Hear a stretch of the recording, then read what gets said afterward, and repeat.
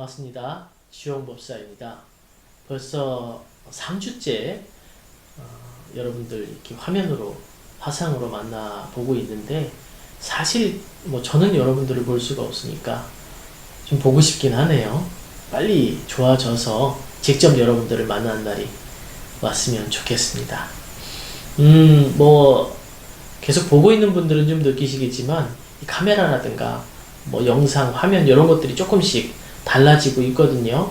제가 아직 초보라서 하나씩 장비도 좀 바꿔보고 프로그램도 손 봐가면서 아직 배우는 중이니까, 이 법사가 아직 초보라서 좀 시행착오를 하고 있구나 생각하시고 좀 널리 이해를 해주셨으면 합니다.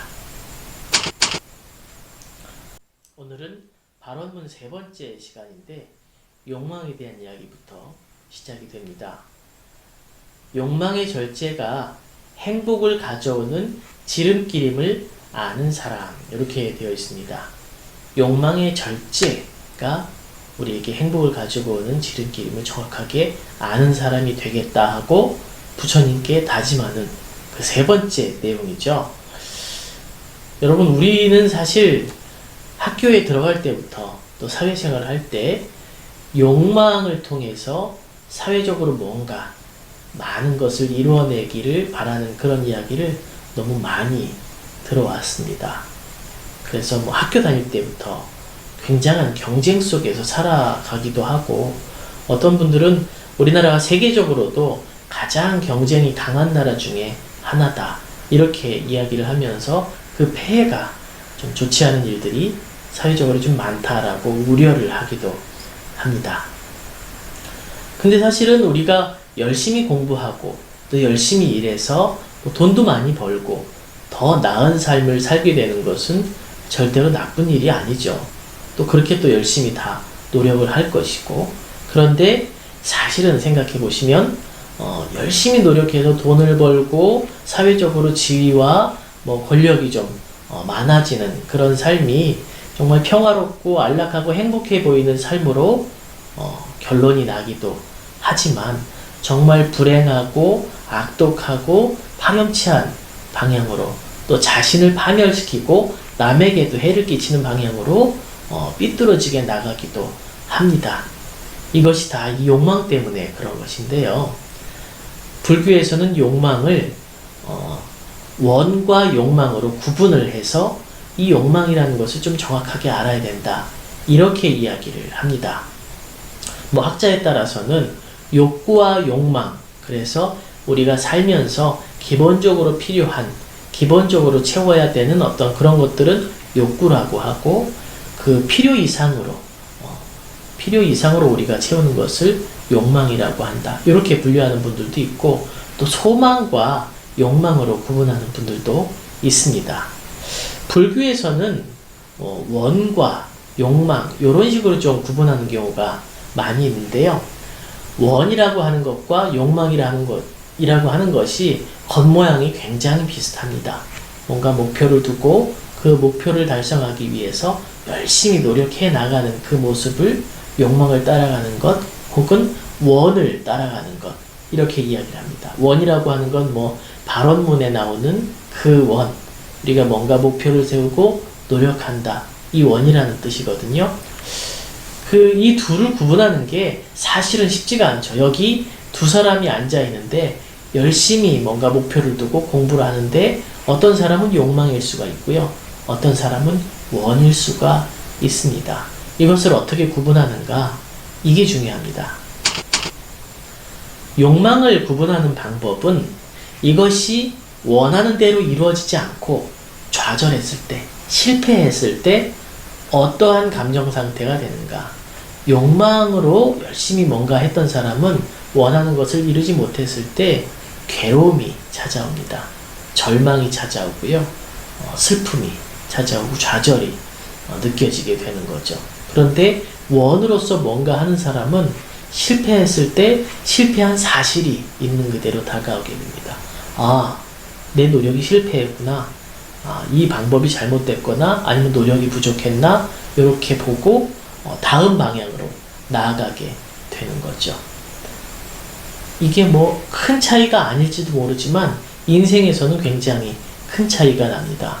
왜 그러냐면 욕망, 욕심으로 인해 가지고 뭔가 노력하는 사람은 실패했을 때 괴로움이 오고요. 괴로움을 계속 경험하면서 학습이 되고 난 다음에는 괴로움에 대한 두려움이 생깁니다.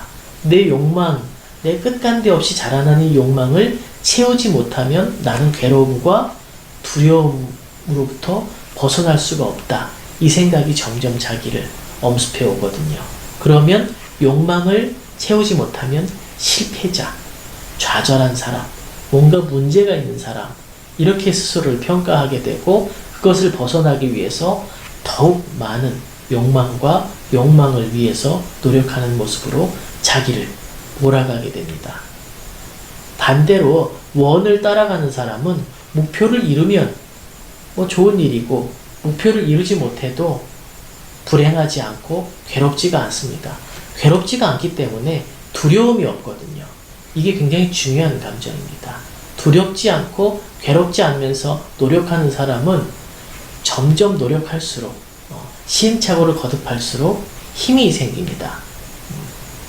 거기에서 능력이 점점 더 배가가 되고 시행착오를 통해서 점점 정답에 가까워지는 거죠. 그 다음은 과거에도 매이지 않고 미래에도 매이지 않으며 언제나 현재에 집중할 줄 아는 사람이 되고자 한다. 네 번째 부처님 앞에 하는 다짐입니다. 굉장히 멋있는 사람인데요. 사실은 우리가 실제로 사는 시간은 현재밖에 없음에도 불구하고 이 귀하고 아주 한정된 소중한 시간에 대부분 사람들은 과거의 기억을 가지고 와서 현재의 시간을 낭비하거나 미래의 생각을 가지고 와서 또 현재의 시간을 허비하거나 이렇게 살고 있습니다. 오로지 현재를 사는 것이 중요한데도요. 자, 생각을 해봅시다. 과거의 기억을 가지고 와서 산다는 게 어떤 것이냐? 과거에는 안 좋은 기억도 있고 좋은 기억도 있겠죠. 안 좋은 기억, 불행한 기억, 굉장히 슬펐던 기억, 괴로웠던 기억, 그런 불편한 어떤 감정들, 이런 것들에 푹 빠져서 오늘을 즐기지 못하고 오늘 스스로 행복하고 열심히 집중하지 못하고 과거의 슬픔과 괴로움에 빠져서 헤어나지 못하는 사람들, 정신적으로 좀 많이 우울하고 불행한 사람들인데 그런 사람들이 굉장히 많죠. 그리고 우리 자신도 종종 이 감정에 좀 빠지곤 합니다. 사실은 그 정신적으로 굉장히 안 좋은 일이나 충격적인 일이 있을 때 이걸 벗어나서 회복하는 시간, 이 굉장히 중요하거든요. 뭐 예를 들어서 내 가까운 사람이 세상을 떠났을 때 그것을 잘 위로하고 마음으로 잘 작별을 한 다음에 다시 내가 현실의 삶으로 돌아오는 시간, 이거는 아주 정당한 시간인데 사실은 돌아오려고 하지 않고 과거의 슬픔에 그냥 빠져서 지금 현재를 계속해서 슬픔과 괴로움으로 채우고 사는 사람들이 사실은 많이 존재를 합니다. 안타깝긴 하지만 잘못된 길이라는 거죠. 오늘의 현실에 집중하고 오늘의 행복을 찾을 줄 모르는 어리석은 사람입니다. 그럼 과거의 좋은 기억은 오늘 좋은 현실로 발휘가 될까요? 그것도 좀 아니죠. 과거에 잘 나갔던 사람들이 있거든요. 뭐 군에도 가끔 그런 친구들이 있는 것 같아요. 입대하면 다 똑같은데 과거에 잘 나갔던 어떤 기억 때문에 내가 과거에 어떤 사람이었는데 내가 이런 뭐 대접을 받던 사람이었는데 여기에 집착을 해서 군에 와서 다들 똑같이 노력하고 다들 똑같이 대접받는 거에 있어서 불만과 불편을 토로하는 사람들이 가끔 있습니다. 여러분 나이 때는 잘 없지만은 이게 한 40대, 50대 되면은 우리가 꼰대라고 하는 그런 사람들은 내가 왕년에 어떻게 했는데 이런 이야기를 하면서 현재에 있지도 않은 사실을 가지고 현재에 대접받고 알아주길 바라면서 사실은 과거에 사는 그런 못난 모습을 보이는 어른들이 많이 있죠. 다 건강하지 못한 마음을 가진 겁니다. 마찬가지로 미래의 걱정 때문에 현재의 시간을 제대로 쓰지 못하는 사람들도 있어요. 제가 어디 예전에 그 소설에서 읽었는데, 아들이 오랜만에 집에 가서 부모님을 만났는데, 부모님이 뭐 아들 해줄 음식을 하려고 지하실에 가서 뭐 좋은 음식을 뭐 치즈를 꺼내려 가는지 그랬어요. 근데 이 부모님들이 지하실에 가서 올라오질 않아서 아들이 가보니까 이 두 내외가 지하실에서 통곡을 하면서 울고 있는 겁니다. 아니, 부모님 여기서 무슨 일이 생겼냐고. 그랬더니 천장에 이렇게 그 큰 뭐죠? 철골조가 철근 같은 것이 천장에 이렇게 박혀 있었나 봐요. 근데 이렇게 박혀 있는 것이 좀 어설퍼서 좀 시간이 지나서 잘못 이거를 그냥 내버려 두면 이게 어느 순간에 떨어질 수도 있겠다 생각을 한 거죠. 그런데 저거 떨어질 수도 있겠다 생각을 하자마자 이거 혹시 우리가 없을 때 우리 아들이 지하실에 들어왔을 때 때마침 그게 떨어져서 우리 아들 머리를 때려서 우리 아들이 크게 다치거나 죽지는 않을까 하면서 울고 있었다는 겁니다. 자, 어떻게 생각하세요? 정말 쓸데없는 걱정이죠. 정말 쓸데없는 그런 슬픔입니다. 그 아들이 봤을 때 이 부모님이 얼마나 좀 황당했을까 뭐 이렇게 생각이 드는데, 저 이 얘기가 굉장히 기억에 남는 게, 가만히 살펴보니까 이게 이 어리석은 부부의 이야기가 아니라 가끔씩은 우리 주변에서 볼 수도 있고, 또 어떤 때는 제 모습이 되기도 하고, 그래서 그 이야기가 자꾸 떠오릅니다. 미래의 일을 잘 고민하고 대비하는 것은 굉장히 중요한데, 사실 우리는 너무 많은 걱정, 너무 많은 염려를 끄집어 와서 굳이 하지 않아도 될 그런 걱정 때문에 현재의 중요한 시간들을 낭비하는 경우가 많이 있습니다. 그런 이야기가 있죠. 걱정을 많이 해서 실제로 걱정거리들이 사라진다면 세상에 걱정만큼 좋은 게 없고 따로 걱정할 게 없다. 걱정을 많이 해서 걱정이 없어진다면 뭐 걱정이 없겠네. 뭐 이런 재미있는 말이지만 사실은 말에 뼈가 담긴 말입니다. 미래에 대해서 고민, 미래에 대해서 구상할 필요가 있죠. 그러나 너무 길게 하진 말고 또 너무 대단하게 할 필요도 없다. 왜냐하면 사실은 이 세상은 우리가 계획한 대로 흘러가진 않습니다.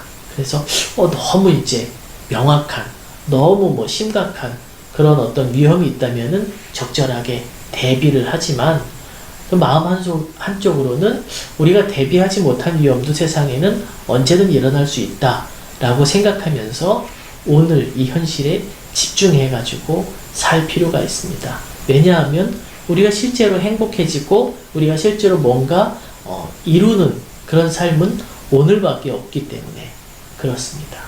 그래서 머릿속으로 한번 그려보세요. 과거에 아무리 불행한 일이라든가 아무리 잘난 자기 삶이 있더라도 그거는 뭐 접어두고, 오늘 내가 주어진 현실에서 내가 나서서 일할 때는 같이 일하고, 내가 누릴 때 누리고, 내가 행복할 때 아주 만족하면서 행복해하고, 미래를 향해서 고민도 하고 구상도 하지만 너무 큰 걱정 없이 오늘 하루를 가볍게 사는 사람이 내 앞에 있다면 제 생각엔 그 사람 굉장히 멋있고 매력 있는 사람으로 보일 것 같습니다. 그리고 아마도 행복지수가 더없이 높은 사람이 아닐까. 그래서 당연히 부처님 앞에서 그렇게 멋지고 행복한 사람이 되겠습니다 라고 다짐하는 건 매우 중요한 일이 될 겁니다.